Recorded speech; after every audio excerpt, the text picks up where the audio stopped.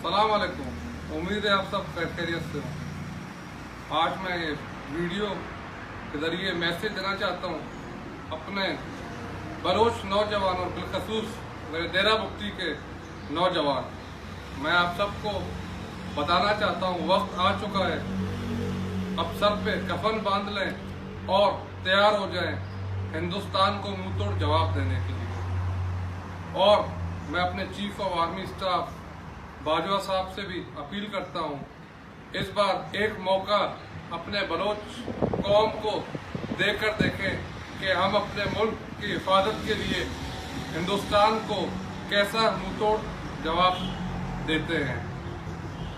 हमारे ये दावे सिर्फ वीडियो और बयानात तक नहीं है, हम कल भी अपने मुल्क के लिए खड़े थे, हम आज भी खड़े हैं। चीफ ऑफ आर्मी स्टाफ से हम अपील करते हैं एक मौका अपने बलोच कौम को देखें। हमारा भी हक बनता है कि हम अपने मुल्क के दफा के लिए एक बार बॉर्डर पे खड़े होकर इंडिया को मुंहतोड़ जवाब दें। पाकिस्तान जिंदाबाद।